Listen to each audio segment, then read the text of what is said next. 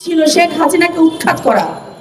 17টা বছর শেখ হাসিনা এই 18 লক্ষ কোটি মানুষকে যেভাবে নিষ্পেষিত করেছে, রক্ত চুষে খেয়েছে, মানুষের দেয়ালে পিঠ থেকে গিয়েছিল শেখ হাসিনাকে বিদায় করবার জন্য, ওই দানবকে বিদায় করবার জন্য। এবং এই দানব কিন্তু এই 18 কোটি মানুষের আন্দোলনের ফসল দানব কিন্তু পালিয়েছে। তারপরে আমরা কি দেখছি? দানব একা পালিয়েছে।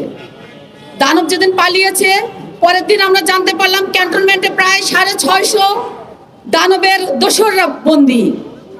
আজ পর্যন্ত আমরা জানি না সেই দানবের দোসররা কোথায়। তারা কি রাষ্ট্রীয় সহযোগিতায় দেশের বাইরে চলে গিয়েছে?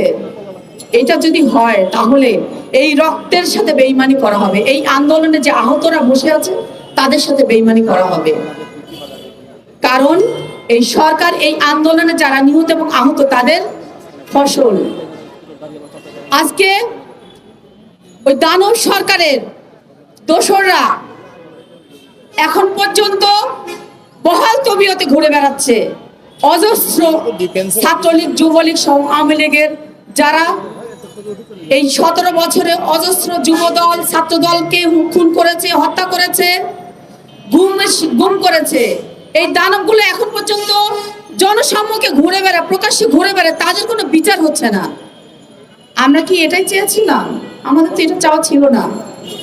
আজকে এই অন্তর্বর্তীকালীন সরকার 6 মাস অতিবাহিত হয়ে গিয়েছে, এখন পর্যন্ত ফ্যাসিস্ট হাসিনার কোন সহযোগীকে আমরা তেমন ভাবে দেখতে পাচ্ছি না। তারা গ্রেপ্তার হচ্ছে, তাদেরকে ধরা হচ্ছে।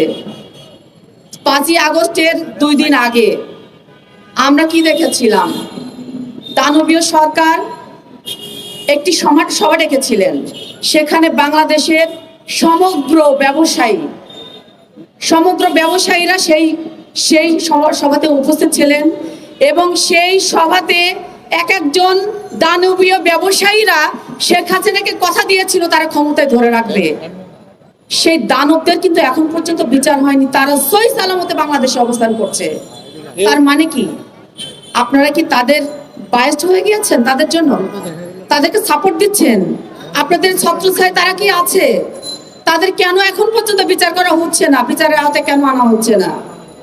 আজকে যে প্রশাসনের, পুলিশ প্রশাসনের অতিরঞ্জিত যে পুলিশগুলো ছিল, যারা দাঁড়িয়ে থেকে আমার ভাইদেরকে জুলাই আগস্টে হত্যা করেছে, সেই ভাইদের খুনি পুলিশগুলো এখন পর্যন্ত তাদেরকে ধরা হয়নি।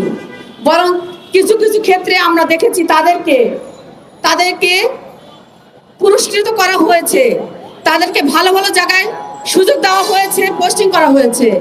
আমরা তো এমন বাংলাদেশ দেখতে চাইনি।